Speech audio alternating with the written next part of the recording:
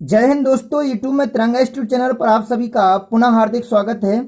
मैं शिवेंद्र सर आज आप सभी को मध्य प्रदेश के दर्शनीय स्थलों में मांडू, अजयगढ़ का किला, गिन्नौरगढ़ का किला एवं रायसेन का दुर्ग तथा बांधवगढ़ के किला के बारे में महत्वपूर्ण तथ्य समझाऊंगा एवं उनके दृश्य दिखाऊंगा। और हाँ, वीडियो को लास्ट तक जरूर देखिएगा, क्योंकि किसी भी वीडियो का बेनिफिट तब मिलता है जब तक उसको अंत तक पूरा ना देखा जाए। तो हम आज आपको सबसे पहले ले चलते हैं आनंदम सिटी। आनंदम जो शहर मध्य प्रदेश में स्थित है, उसको मांडू के नाम से जाना जाता है। ऐसा एक शहर जिसे सिटी ऑफ जॉय कहा जाता है। क्या कहा जाता है? City of Joy. आपको ध्यान रखना है कि सिटी ऑफ जॉय किसे कहा जाता है, तो मांडू को कहा जाता है। आपको इसके बारे में सबसे पहले महत्वपूर्ण तथ्य समझाते हैं और थ्योरेटिकल के बाद आपको दृश्य के रूप में सभी इसके किले एवं महल एवं द्वार दिखलाते हैं। तो देखिए, मालवा का सौंदर्य स्थल जो मालवा भूमि पर स्थित है, मालवी क्षेत्र में जो स्थित है मांडू, तो वो मांडू जो है इसको किस नाम से जाना जाता था? तो पहले मांडू को जाना जाता था सादियाबाद, या कह सकते हैं हर्षनगर। सादियाबाद और हर्षनगर के नाम से पहले जाना जाता था मांडू, जिसे आज हम सिटी ऑफ जॉय कहते हैं, आनंदम सिटी कहते हैं। आनंदम सिटी कहने का मतलब खाली इतना है कि इधर का जो दर्शनीय स्थल है वो इतना अच्छा दिखता है, इतना रोचक है कि देश विदेश से पर्यटक स्थल इधर पर देश विदेश से पर्यटक इधर पर अधिकतर आया करते हैं। और मध्य प्रदेश के चुनिंदा दर्शनीय स्थलों में मांडू का स्थान सर्वोत्कृष्ट है। तो हमारे प्यारे मध्य प्रदेश के धार जिले में आने वाला, कौन से जिले में आता है मांडू? तो देखिए, धार जिले में स्थित मांडू का जो प्राचीन नाम है वो है मंडप दुर्ग। क्या है? मंडप दुर्ग, या कह सकते उसी को कहते थे मांडवगढ़। तो आपको ये ध्यान रखना है कि मंडप दुर्ग और मांडवगढ़ के नाम से जाना जा रहा हमारा मांडू, जिसको होशंग शाह ने अपनी राजधानी बनाया था। तो देखिए, दिलावर खां के पुत्र थे होशंग शाह। इन्होंने 1405 ईस्वी में धार से अपनी राजधानी को परिवर्तित करके मांडू ले गए थे। और जब इस यहीं पर जो शासन कर रहे थे मांडू में 1554 में, तो उनका नाम था राजा का बाज बहादुर। तो जो बाज बहादुर इधर के शासक थे 1554 में, तो उन्होंने मांडू में ही एक दो प्रकार के किले बनाए थे, दो प्रकार के महल बनाए थे।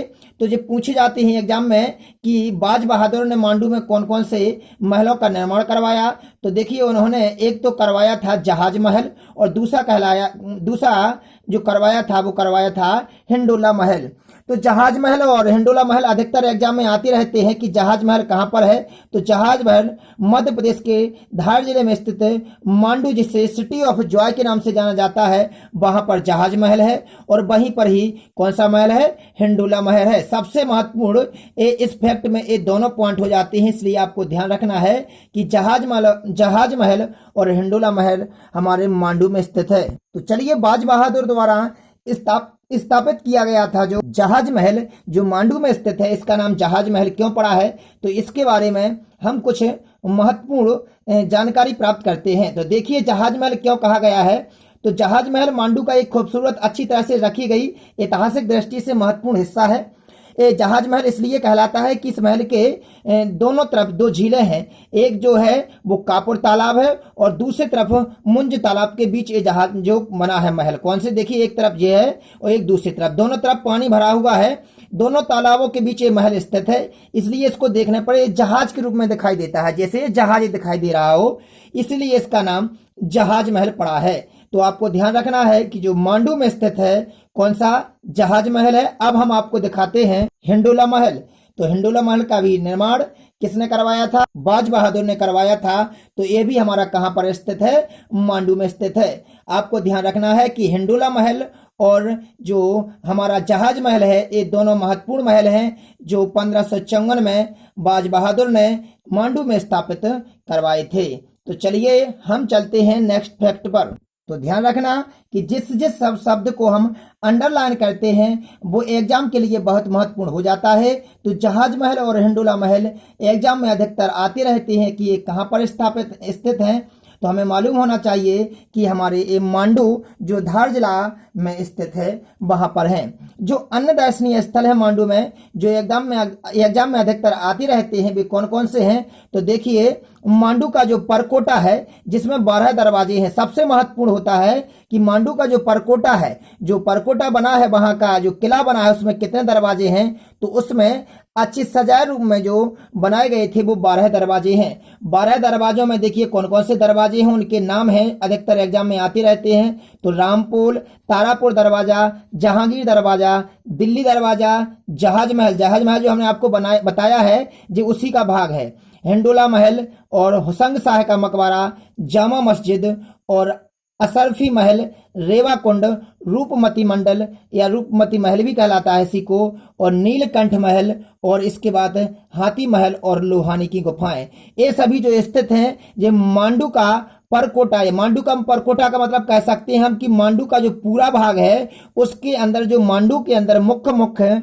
महल स्थित हैं वो सभी हैं। देखिए मांडू इतना दार्शनिक स्थल है, इतना आकर्षक स्थल है कि इधर पर पर्यटक हमेशा आते जाते रहते हैं और सरकार की जो इनकम होती है वो अधिकतर तीर्थ स्थलों से ही होती है। इस बात का आपको ध्यान रखना है। तो सरकार को मांडू जैसे तीर्थ स्थलों से बहुत कुछ लाभ होता है और हमारी इससे देश विदेश में पहचान बनती है। तो जिस राज्य में जितने ज़्यादा दर्शनीय स्थल होते हैं वहां पर सरकार की इनकम उतनी ही अधिक होती है। तो इधर पे जो 12 दरवाजे हैं और 12 दरवाजों में तारापुर दरवाजा, जहांगीर दरवाजा और दिल्ली दरवाजा, जहाज महल, हिंडोला महल जे कुछ प्रमुख हो जाते हैं। इन सभी के दृश्य हम आपको क्रम के रूप में दिखाते हैं, क्रमबद्ध रूप में दिखाते हैं। तो चलिएगा देखिए इन दृश्यों को। तो ये हम आपको बता ही चुके हैं कि ये हमारा हिंडोला महल है जो 1554 में बाज बहादुर ने कहां पर बनवाया था, मांडू में बनवाया था। चलिए नेक्स्ट दृश्य देखिए मांडू का ही किला है जिसमें विभिन्न दरवाजे स्थापित किए गए हैं। तो आप इस दृश्य को देख रहे होंगे ये कितना रोचक है और कितना आकर्षक है, तभी इधर देश विदेश से लोग अधिकतर आया जाया करते हैं। देखिए मांडू के जो वहां पर परकोटा था इसके वही दरवाजे हैं जो 12 दरवाजे थे। उन दरवाजों में से एक दरवाजा ये है जो क्षरण की स्थिति में आ गया है। मतलब कोई भी जो पर्यटक स्थल होते हैं, कोई भी किला होते हैं जो प्राचीन या मध्यकालीन काल में राजाओं द्वारा स्थापित किए गए थे, आज वर्तमान में उनका धीरे धीरे क्षरण होता जा रहा है। क्योंकि दुनिया की हर वस्तु नश्वर होती है, एक ना एक दिन नष्ट होती है, इसी कारण इनका हमेशा क्षरण होता रहता है। इसी प्रकार जो अपना हमारा ताजमहल है, तो आगरा में स्थित ताजमहल का भी धीरे धीरे संगमरमर की चट्टानों पर अम्लीय वर्षा के कारण क्षरण हो रहा है। मतलब ऐसी कोई भी किला या कोई भी पर्यटक स्थल नहीं है जिसका धीरे धीरे क्षरण ना हो रहा हो, क्योंकि इस सभी के क्षरण होने का कारण एवं नष्ट होने का कारण मानव ही होता है। देखिए आप देख रहे हैं अगला दृश्य जो दिखाई दे रहा है, ये दरवाजा एक अगला दरवाजा है उन 12 दरवाजों में से। तो ये देखिए हमेशा ये मांडू के प्रमुख दरवाजे हैं जो आपको दृश्य के रूप में दिखाई दे रहे हैं, आपको इनको ध्यान रखना है। अगला दृश्य देखिए, तो अगला दृश्य आता है हमारा हाथी पुल दरवाजा। देखिए उन दरवाजों में से जो 12 है वहां पर मांडू में स्थापित दरवाजे थे, उनमें से एक हाथी पुल दरवाजा है। तो हाथी पुल दरवाजा आप देख रहे होंगे ये कितने प्राचीन समय के हैं, 1554 ईस्वी में स्थापित किए गए थे। जितने भी वहां पर कोई भी शासक आए हैं तो उन्होंने यहाँ पर अपने अपने तरीके से महल स्थापित किए हैं, इसलिए यहाँ पर मांडू को महलों की नगरी भी कहा जाता है। इधर पर महल ही महल स्थापित किए गए हैं और ये महलों के अधिक कई प्रकार के महल होने की वजह से ये बहुत सुंदर हो जाता है और इसे तभी आनंद सिटी या कह सकते हैं सिटी ऑफ जॉय के नाम से जाना जाता है। तो ये हाथी पुल दरवाजा है जो आप देख रहे हैं। अगला दृश्य देखिए, तो अगला दृश्य आता है अब हमारे सामने होसंग जो लिखा है होसंग शाह का मकबरा। जो होसंग शाह के मकबरा में उसके जो हेडलाइन लिखी गई है ये वही है जो आज भी लिखी हुई है, आपको लिखी दिखाई दे रही होगी। कब स्थापित किया गया है ये सभी डेट लिखी है। तो मोहम्मद खिजली द्वारा संपूर्ण यहाँ पे इसको स्थापित किया गया था। तो इधर पर मोहम्मद बिन तुगलक ने भी अपने कुछ स्थापित किए थे। आपको ध्यान रखना है कि इधर पे कुछ समय तक मुगलों ने भी शासन किया है। अगला जो हमारा दृश्य आता है वो हम आपको दिखाते हैं मांडू के ही एक जो बेहतरीन दृश्य है, जो मांडू के प्रमुख दरवाजों में से एक है। ये अपनी रोचकता के कारण बहुत ही जाने माने दृश्य रहते हैं, जो अधिकतर पर्यटकों के लिए आकर्षक केंद्र बन जाते हैं। चलिए अगला वाला देखिए दृश्य। अगला दृश्य आता है जहांगीर दरवाजा। कौन सा दरवाजा है? जहांगीर दरवाजा। तो अगर आता है एग्जाम में कि मध्य प्रदेश में जहांगीर दरवाजा कहाँ पर स्थापित है, तो आपको बताना है कि मध्य प्रदेश में जो जहांगीर दरवाजा है वो हमारा कहाँ पर है? मांडू का एक प्रमुख दरवाजा है। तो ये हमारा जो जहांगीर दरवाजा है ये कहाँ पर है? मांडू में। चलते हैं नेक्स्ट उसके दृश्य पर। देखिए मांडू का अगला दरवाजा, ये महत्वपूर्ण सभी दरवाजे, महत्वपूर्ण सभी महल बता रहे हैं जो अधिकतर एग्जाम में आते ही रहते हैं। नाम तो दिल्ली दरवाजा है लेकिन मांडू में स्थापित है। तो मांडू के 12 दरवाजों में से एक दरवाजे का नाम हमारा क्या है? दिल्ली दरवाजा है। आपको ये ध्यान रखना है क्योंकि अधिकतर एग्जाम वाला ऐसे ही शब्द पूछता है जो लगता है कि दिल्ली में होगा, परंतु दिल्ली दरवाजा जो है वो हमारा कहाँ पर है? दिल्ली दरवाजा। तो ध्यान रखना है हमारा दिल्ली दरवाजा है मांडू में। तो ये ध्यान रखना कि दिल्ली दरवाजा कहाँ पर है? मांडू में। चलते हैं इसके अगले दृश्य पर जो मांडू में मुख्य रूप से स्थापित है। तो देखिए अगला आता है नीलकंठ महल। कौन सा है ये? नीलकंठ महल है जो हमारे मांडू में स्थापित है। तो पूछा जाए कि नीलकंठ महल कहाँ पर है, तो आपको बताना है कि नीलकंठ महल हमारा कहाँ पर है? मांडू में स्थापित है। और हम अब आप सभी को अभी बता चुके थे, जो हमने फैक्ट में लिखा था, भाषाई रूप में लिखा था कि लोहानी की गुफाएं भी हमारे मांडू में स्थापित हैं, जो अधिकतर आकर्षक का केंद्र बन जाती हैं। तो आपके सामने जो दृश्य दिखाई दे रहा है ये कहाँ का है? लोहानी की गुफाएं हैं जो मांडू में स्थापित हैं। और अगला दृश्य जो आपके सामने आया है ये हुसंग शाह का मकबरा है। जो हमने कहा था कि हुसंग शाह का जो मकबरा है वो मांडू में है। तो अगर आता है एग्जाम में कि हुसंग शाह का मकबरा कहाँ पर है, तो मांडू में है। आपको दृश्य दिखा के हम इसलिए समझाते हैं ताकि आपको पूर्ण रूप में समझ में आए और आपके भूलने के चांस हमेशा के लिए खत्म हो जाएं। और हाँ, इस बात का ध्यान रखना, एक वीडियो बनाने में हमें बहुत समय लगता है, इसलिए हमारे द्वारा जो मेहनत की जा रही है उसका आप सभी लोग सदुपयोग कीजिए, क्योंकि मेरा टारगेट आपको एक विशेष ज्ञान देना है जो आपके सिलेक्शन के लिए रामबाण सिद्ध हो जाए। अर्थात हमारा कहना है जो हम आपको किसी भी सब्जेक्ट में पढ़ाते हैं वो एग्जाम में सामने आपके लिखा आए और आप उसे हंसते हंसते कर दें और सिलेक्शन प्राप्त कर लें। तो चलिए मांडू के अगले दृश्य पर। और अगला दृश्य आता है जामा मस्जिद। ये आपके सामने जो दृश्य दिखाई दे रहा है ये किसका है? जामा मस्जिद का है। तो ये ध्यान रखना है कि मांडू में जामा मस्जिद स्थित है और एक जामा मस्जिद दिल्ली में भी स्थापित है। तो अगर आता है कि मध्य प्रदेश में जामा मस्जिद कहाँ पर है, तो आपको ध्यान रखना है कि जामा मस्जिद जो है वो हमारी कहाँ पर स्थापित है? मांडू में स्थापित है। हमेशा वही फैक्ट पूछे जाते हैं एग्जाम में जो अधिकतर घुमाने वाले होते हैं, इस बात का आपको ध्यान रखना है। जैसे अगर आपसे कहा जाए कि सतपुड़ा की गुफाएं कहाँ हैं, तो आप सोचेंगे कि मध्य प्रदेश में होंगी क्योंकि सतपुड़ा की बात है और सतपुड़ा पर्वत मध्य प्रदेश में है, लेकिन वो गलत हो जाता है। बल्कि सतपुड़ा की जो गुफाएं हैं, सतपुड़ा की जो पहाड़ियां हैं वो अधिकतर एग्जाम में आती हैं, तो वो होती हैं महाराष्ट्र में। तो सतपुड़ा की गुफाएं और जो पहाड़ियां स्थापित है वो महाराष्ट्र में है, लेकिन सतपुड़ा की जो पहाड़ियां और उसके जो पर्वत हैं, जो शिखर है, वो हमारा मध्य प्रदेश में है। तो अगर घुमाने के लिए प्रश्न आता है कि सतपुड़ा की गुफाएं कहाँ पर हैं, तो आपको महाराष्ट्र लगाना है। और आता है कि सतपुड़ा की पहाड़ियां कहाँ पर हैं या सतपुड़ा की पहाड़ कहाँ पर है, तो आपको लगाना है वो हमारा मध्य प्रदेश में है। तो हमेशा ऐसा ही फैक्ट एग्जाम में अधिकतर आ जाता है जो हमारे गलत होने के चांस अधिकतर बना देता है। ये देखिए वही जामा मस्जिद है जो हमने अभी आपको बताई थी। इसका दूसरा पिक ली गई है, ये दूसरी इधर पर दृश्य लिया गया है। तो ये जामा मस्जिद ही है जो कहाँ पर है? हमारे मांडू में है। आपको इसका ध्यान रखना है। चलिए नेक्स्ट के दृश्य पर इसके। और अगला दृश्य जो आपके सामने आता है वो आता है मांडू में स्थापित असरफी महल। कौन सा महल? असरफी महल। तो पूछा जाता है अगर कि असरफी महल कहाँ पर है, तो आपको बताना है कि असरफी महल है हमारा मांडू में। जो आपके सामने दिखाई दे रहा है वो असरफी महल है।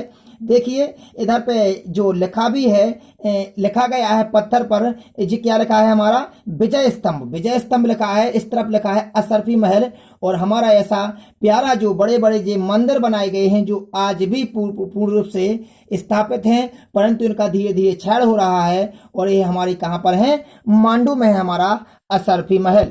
देखिए आपके लिए सबसे ज्यादा महत्वपूर्ण हो जाते हैं इन महलों के नाम और इनके स्थापना की है उन संस्थापक के नाम। यदि आपको उनके निर्माणकर्ता के नाम और महल के नाम आते हैं ये कहाँ पर हैं, तो एग्जाम में बस इतना ही पूछा जाता है। हमारा दृश्य दिखाने का कारण ये है कि आपको हमेशा भूलने के चांस खत्म हो जाएं। तो देखिए आपके सामने जो आपको दृश्य दिखाई दे रहा है ये बाज बहादुर महल है। कौन सा महल है, बाज बहादुर महल है, जो बाज बहादुर ने ही स्थापित किया था, हमने अभी आपको बताया था। और जो इसी का दूसरा जो दृश्य है वो ये है, ये दूसरी पिक ली गई है उसी की।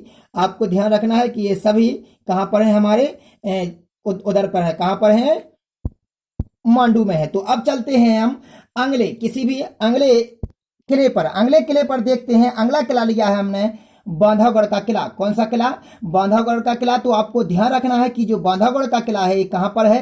तो आपको ये तो मालूम ही होगा कि मध्य प्रदेश में एक बांधवगढ़ राष्ट्रीय उद्यान है। तो बांधवगढ़ राष्ट्रीय उद्यान के अंतर्गत ही आता है हमारा बांधवगढ़ का किला। बांधवगढ़ राष्ट्रीय उद्यान में हमारा कौन सा किला है, बांधवगढ़ का किला है। तो जो बांधवगढ़ किला है वो किस जिले में आता है मध्य प्रदेश के, तो वो आता है जिला उमरिया में। तो जिला उमरिया में आने वाला हमारा बांधवगढ़ का किला 14वीं शताब्दी में स्थापित किया गया था। जो बघेलखंड के एक राजा थे जिनका नाम था व्याघ्रदेव। कौन सा, व्याघ्रदेव द्वारा निर्मित किया गया था। तो बघेलखंड के राजा व्याघ्रदेव ने 14वीं शताब्दी में जिला उमरिया में बांधवगढ़ का किला बांधवगढ़ राष्ट्रीय में स्थापित किया था। यह दक्षिण पूर्व रेल मार्ग के कटनी बिलासपुर मार्ग पर स्थित है। कहां पर है ये हमारा जो दक्षिण पूर्व रेल मार्ग है, तो कटनी बिलासपुर मार्ग है ना जो रेलवे का, तो उसी पर स्थापित है। यहाँ शेषाशाही तालाब व विष्णु का मंदिर अवस्थित है। जो बांधवगढ़ का किला है इस किले में कौन कौन सा तालाब है, तो शेरशाही तालाब और विष्णु का मंदिर इसी बांधवगढ़ राष्ट्रीय उद्यान के अंतर्गत आने वाला बांधवगढ़ का किला के अंतर्गत है। और आपको ये मालूम होना चाहिए, हम बता चुके कि बांधवगढ़ राष्ट्रीय पार्क है ये यहीं पर है, बांधवगढ़ किले में है।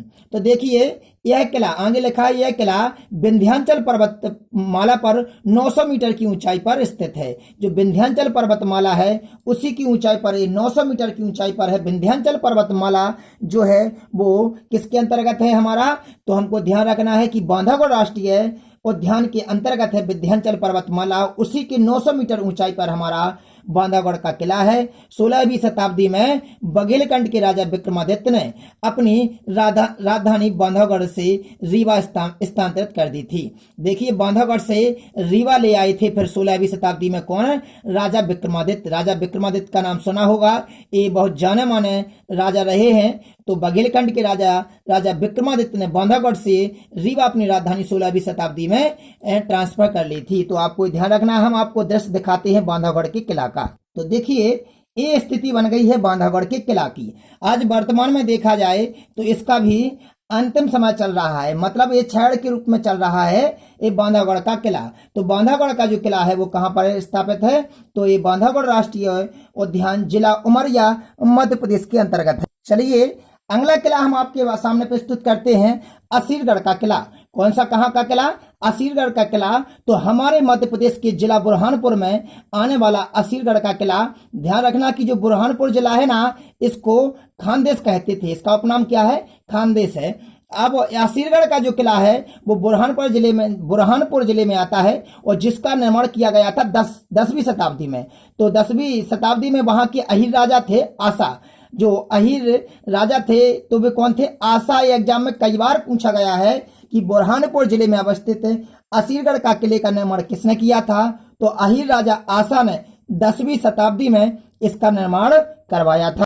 और असीरगढ़ के किले को सबसे महत्वपूर्ण हो जाता है दक्षिण का द्वार कहते हैं, क्योंकि ये मध्य प्रदेश के दक्षिण में स्थित है। बुरहानपुर जिला है वो सबसे लास्ट दक्षिण में होता है मैप में, इसलिए इसे दक्षिण का द्वार कहते हैं या बुरहानपुर दर्रा कहा जाता है। क्या कहा जाता है इसको? बुरहानपुर दर्रा कहा जाता है, क्योंकि ये बुरहानपुर की सबसे ऊंचाई पर स्थित है। और या इसी को हमको दक्षिण का द्वार कहते हैं, असीरगढ़ के किले को। इसे अकबर ने सोने की चाबियों से विजित किया था। किससे किया था? सोने की चाबियों से विजित किसने किया था? तो अकबर, जो मुगल साम्राज्य अकबर रहे हैं, तो उन्होंने इसे सोने की चाबियों से विजित किया था। तो देखिए, ये असीरगढ़ के किले की फोटो है, जो अभी कुल रूम में कहा जा सकता है कि इसे खानदेश का किला कहा जाता था, जो मध्य प्रदेश के बुरहानपुर जिले में स्थित है। इसको सोने की चाबियों से जो अलंकृत किया था वो अकबर ने किया था, आपको ये ध्यान रखना है। तो अगला किला हम लेते हैं गिन्नौरगढ़ का किला। कौन सा किला? गिन्नौरगढ़ का किला लेते हैं, और गिन्नौरगढ़ के किले को देखते हैं कि ये कहाँ पर है। तो हमारे मध्य प्रदेश के रायसेन जिले में अवस्थित गिन्नौरगढ़ का किला है, जिसका निर्माण, इस दुर्ग का निर्माण, जो दुर्ग है, देखिए ये जो दुर्ग है, तो इस दुर्ग का निर्माण 13वीं शताब्दी में महाराजा उदय वर्मन ने, आता है एग्जाम में कि गिन्नौरगढ़ के दुर्ग का निर्माण किसने करवाया? तो 13वीं शताब्दी में, जो 13वीं सदी में किया गया था, तो वो उदयगिरि वर्मन ने किया था। उदयगिरि वर्मन ने जो किया है, तो ये कहां पर किया है? तो असरफी पहाड़ियों पर किया है। आपको उन पहाड़ी का नाम भी ध्यान रखना है कि असरफी पहाड़ी पर इसका निर्माण करवाया था। यह है क्षेत्र सुक क्षेत्र। सुक क्षेत्र जानते हो? सुक मीन्स होता है तोता, तोताओं का क्षेत्र है, सुक क्षेत्र कहा जाता है, क्योंकि इस क्षेत्र में तोते बहुतायत में पाए जाते हैं, मतलब सबसे अधिक मात्रा में इधर पे तोते पाए जाते हैं, इसलिए इसे तोते का किला भी कहा जाता है। ये उसका उपनाम हो गया है कि तोते के किला जो कहलाता है वो गिन्नौरगढ़ का दुर्ग कहलाता है। और इस गिन्नौरगढ़ के दुर्ग का जो निर्माण करवाया था वह उदय वर्मन ने 13वीं शताब्दी में करवाया था। आपको इसका ध्यान रखना है। देखिए, एक गिन्नौरगढ़ का किला है जो आपके सामने दिखाई दे रहा है, एक गिन्नौरगढ़ का किला है, आपको ये ध्यान रखना है। तो चलते हैं और अगले दृश्य को हम दिखाते हैं। और अगला जो दुर्ग लेते हैं हम, वो लेते हैं रायसेन का दुर्ग। जिला रायसेन में स्थित हमारा रायसेन का दुर्ग है, जिसका निर्माण किसने करवाया था? तो 16वीं शताब्दी में राजा राज बसंती। तो राजा राज बसंती ने 16वीं शताब्दी में रायसेन के दुर्ग का निर्माण करवाया था। इसके अंतर्गत, इसके अंदर मुख्य जो इमारतें हैं जो एग्जाम में पूछी जाती हैं, तो उसका नाम है बादल महल, और दूसरा है गजारोहित महल और इत्रदार महल। तो बादल महल और इत्रदार महल अधिकतर एग्जाम में आते रहते हैं, और सबसे ज्यादा महत्वपूर्ण बन जाता है इसमें बादल महल। तो बादल महल कहाँ है? तो रायसेन के दुर्ग में 16वीं शताब्दी में राज बसंती द्वारा स्थापित मध्य प्रदेश में बादल महल है। और इस किले में 4 बादल हैं, जिसमें से 4 तालाब हैं, जिनमें से शेषग्राही तालाब अत्यधिक प्रसिद्ध है। तो पूछा जाए यदि आपसे कि शेषग्राही तालाब कहाँ पर है, तो आपको बताना है कि शेषग्राही तालाब रायसेन के दुर्ग में स्थापित है।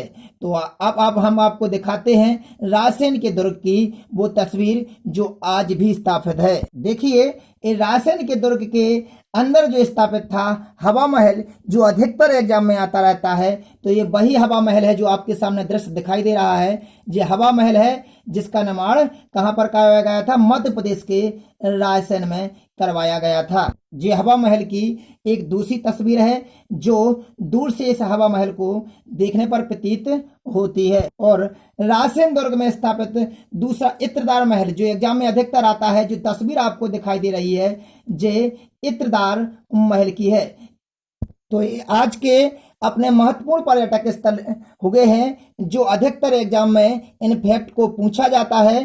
तो आपको वीडियो कितना पसंद आया, ये लाइक करके हमको कमेंट बॉक्स में जरूर बताएं। और यदि वीडियो अच्छा लगा हो तो अपने दोस्तों में से शेयर जरूर करें। मिलते हैं कल अन्य पर्यटकों के साथ, जिसमें हम आपके मध्य प्रदेश के सभी पर्यटक स्थल समाप्त कर देंगे। जब तक अपने अध्ययन को जारी रखिए। धन्यवाद।